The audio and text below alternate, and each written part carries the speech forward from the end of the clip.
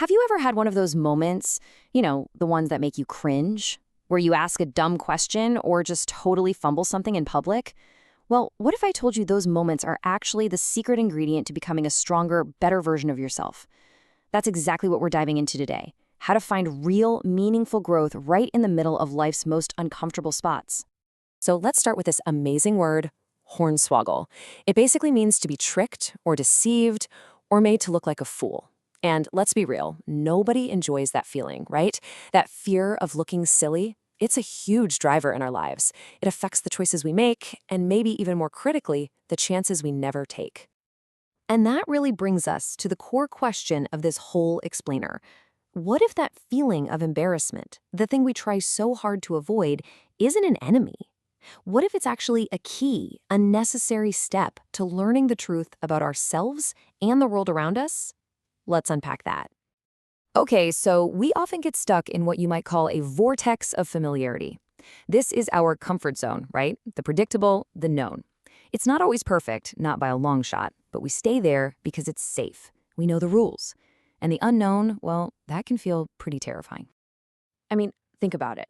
How many times have you been in a meeting or a class and you had a question, but you just didn't ask? You were worried you'd be the only one who didn't get it, that you'd sound ignorant. That's the vortex right there doing its job. We desperately want to learn and grow, but that fear of looking foolish just slams the door shut. Now, here's the really tricky part. Notice the words joyful vortex.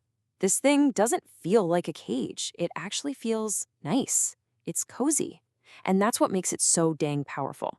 The comfort is so seductive that it can stop us from even wanting to look for something new, even if that new thing could be way, way better for us. And this, right here, is the trade-off we're making all the time. On one side, you've got the familiar. It's quieter, it's safer, you're in control. But on the other side, you've got the new. It has all this potential for something better. Yeah, but it also comes with a real risk of failure, of vulnerability. So, which one do you choose? So, how do we actually break out? Being stuck in the vortex isn't a life sentence. There comes a moment, a turning point, where you have to make a conscious decision to choose a different way forward. And here's that choice framed as a daily commitment. This is the big shift, right? It's going from being a passive passenger, letting your fears steer the ship, to grabbing the wheel yourself. It's this quiet, personal promise you make to yourself every single day to aim for a better you.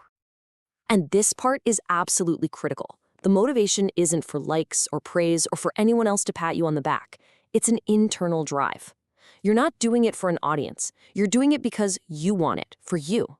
That's where the real, lasting change happens. The source material has this really cool multiverse way of thinking about it. Imagine all the possible versions of you. The goal isn't to be the flawless version that never fails. No way. The goal is to be the version of you who proves that even after you stumble, even after you fall flat on your face, there is so much value in just getting back up. Okay, so how do we become that person? Well, this is where we completely flip the script on the very thing we've been running from. We start to see embarrassment not as a sign of weakness, but as a workout for our resilience. This is basically the playbook. It's a cycle. Step 1, you try something and you fail. Step 2, you feel that hot flash of embarrassment. Step 3, and this is the most important one, you pick yourself back up. And step 4, you've just built a little more resilience.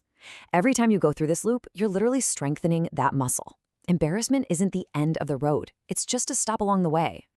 Seriously, if you take only one single thing away today, let it be this. That feeling you dread, that you run from, it's not just some useless negative emotion. It's a tool. It's a signal that you're pushing your own boundaries. It's actually a form of strength training for your soul.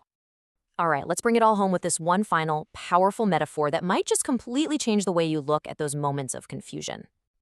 Just sit with that for a second. Confusion is just curiosity wearing untied shoes. It's not a sign that you're dumb or that you're lost. It's just a sign that you're moving, you're exploring, you're on your way to somewhere new. So, the next time you feel hornswoggled or confused, remember this. It doesn't mean you're on the wrong track.